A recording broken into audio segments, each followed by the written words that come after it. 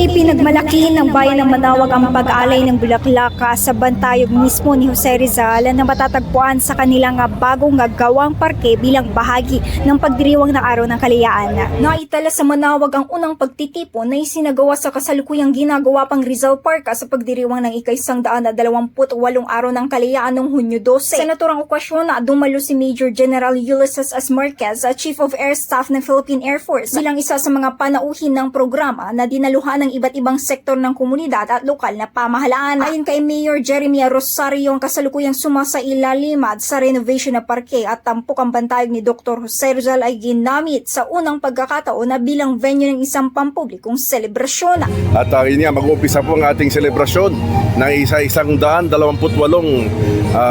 anibersaryo ng ating pong kasarinlan.